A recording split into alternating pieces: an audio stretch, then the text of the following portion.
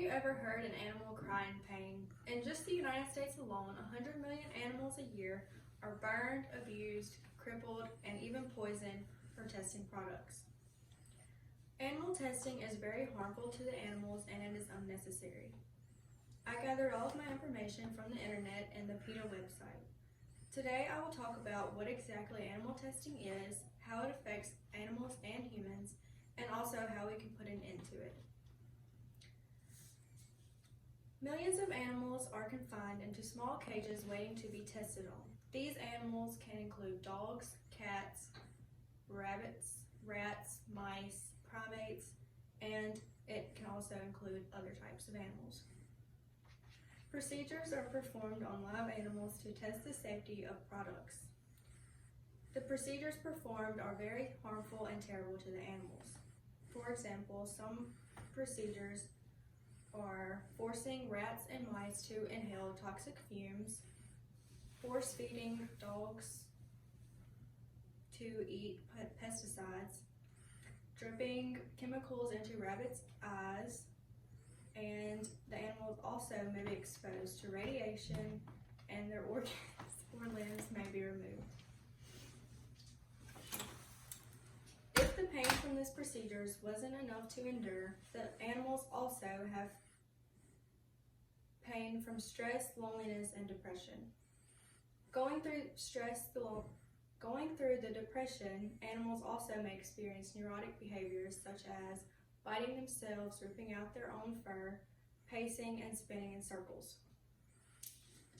Animal testing is very harmful to animals. Only 3% of animals survive the laboratory experiments. It is also harmful to humans because only 92% of products that are safe in animal trials fail in human trials. And although a product hurts or kills an animal, it can still be marketed to consumers. Animal testing is also the most ineffective way to test because humans and animals have different genes. Animal testing may be stopped or at least controlled by doing a few things. Consumers can help by only buying cruelty-free products.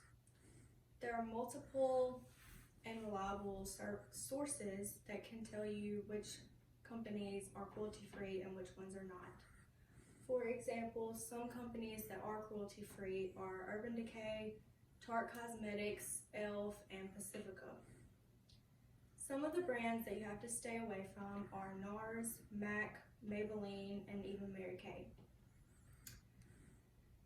With today's advanced technology, there are some alternatives to animal testing. These alternatives can be computer modeling techniques and human volunteers. These alternatives may be more effective, cheaper, and most importantly, more humane. Animals are also used in toxicity tests, which are funded by the U.S. taxpayers.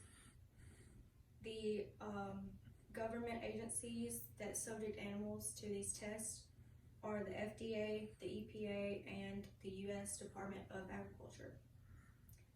Today I went over what animal testing is, how it is harmful to humans and animals, and how it can be stopped.